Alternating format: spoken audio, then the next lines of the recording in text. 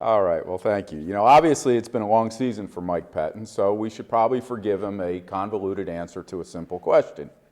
Asked if Seattle's Russell Wilson was a top 10 quarterback, Pettin gave an answer that came off as a slight. He said Wilson has certainly ascended, that he's productive, and that he wins, but that part of Wilson's success is how well he complements what Seattle wants to do offensively.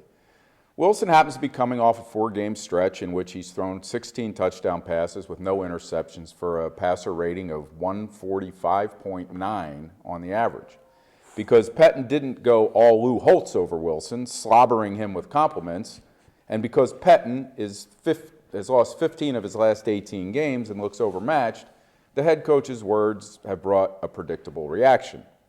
Our first commenter believes that Pettin might be correct, but that it's more evidence that the stage is too big for him. Listen, the press conference stage for a 3-10 team is pretty much Wayne's World. Pettin should be holding these pressers over the phone from his basement at this point. I think there are better examples of this stage being too big for him, and that most of them show themselves on the sidelines during games when the clock is draining and the Browns need to strategize. What made Pettin's comments somewhat curious is that they came days before the Browns play Seattle, of course, which is a difficult venue for any visiting team. The Seahawks and Wilson happen to be playing great. Everywhere you look, Seattle has the advantage, quarterback and head coach being near the top of that list. Our next commenter suggests Johnny Manziel will learn from watching Wilson Sunday, and all I can say is good luck with that. He already said this week that he hasn't studied Wilson, or probably anyone else for that matter. Studying is not Johnny's game.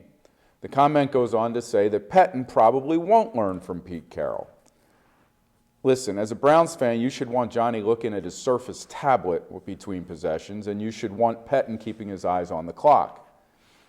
Mike G tells us Jimmy Haslam should attach a shock collar to Pettin and zap him every time he says something stupid. Okay, but candidly, to borrow a word, I don't think the owner who said his front office and head coach had the franchise pointed directionally correct is the best judge of something said that it's stupid.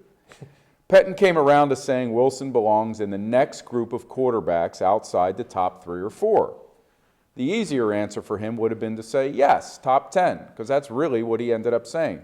So maybe Pettin should be smarter. But if anyone thinks that comment is going to be what makes it difficult for the Browns to win Sunday, well, do me a favor, say that out loud while wearing a shock collar, and I'll be happy to zap you. What we shouldn't do is look for ulterior motives for Pettin's response to the question about Wilson. Like this one, suggesting that Pettin is Benedict Arnold intentionally trying to sabotage Manziel. Oh.